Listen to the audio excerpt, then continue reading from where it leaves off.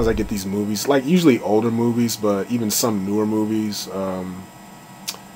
they'll have like the quiet dialogue parts where you can barely hear anything. You always got to turn it up just to hear the dialogue, but then during a big jump or an action scene, all the booms and explosions like fucking just blow your head off, and you got to turn it down so you don't wake up, you know, neighbors or whoever else is sleeping in your house. Like, you always have to like turn shit up and down just to hear stuff and then not wake somebody else up.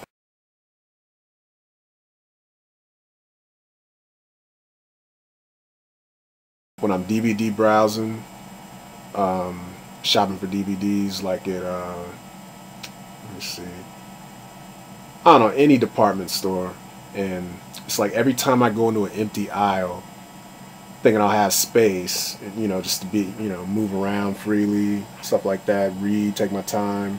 It's like every time I go into an empty aisle,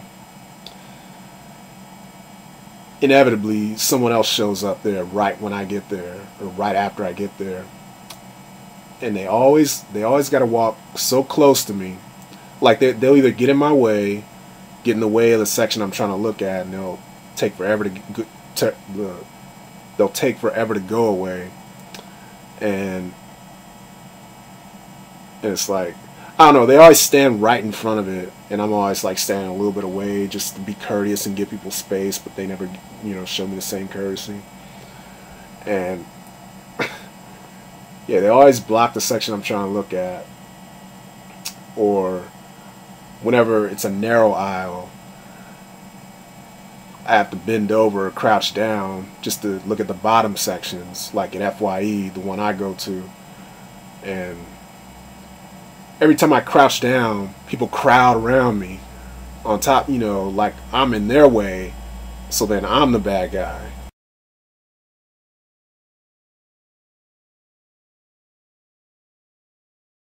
Whenever it's a DVD that I'm embarrassed to be seen with, like, if I'm looking at something, or picking it up, reading it, um,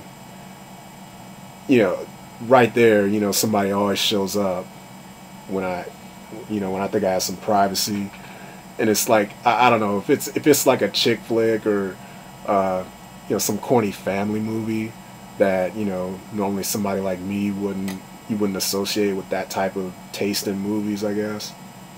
But yeah, the ones you're always embarrassed to be seen getting, that's when everybody shows up in your aisle and they won't go away, and you either got to put it down or clutch it tight to you, walk away, read it somewhere else, or like when you get to the register, the cashier always lingers on that one longer than the other ones, longer than usual.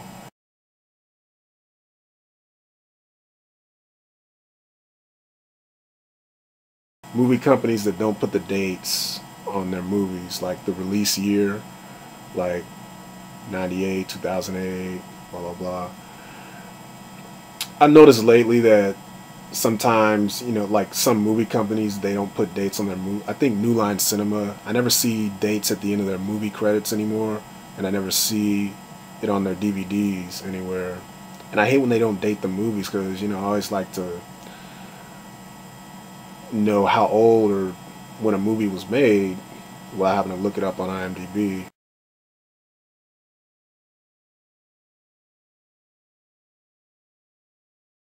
Different countries getting different DVD features for the same movie. Different DVD editions, like with either more or less features or better or worse features, like Last House on the Left DVD.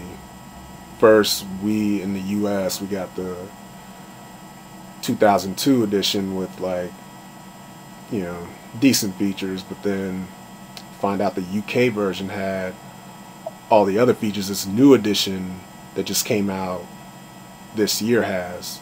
This 2009 edition of Last House on the Left, not the remake, but the re-release on DVD. And I'm glad I got those features, but there's other movies that have different features for the same movie, and I hate the concept of having to get like a a multi-region or region-free DVD player just to watch um, um, imported DVDs that are like region 1, region 2, all that stuff.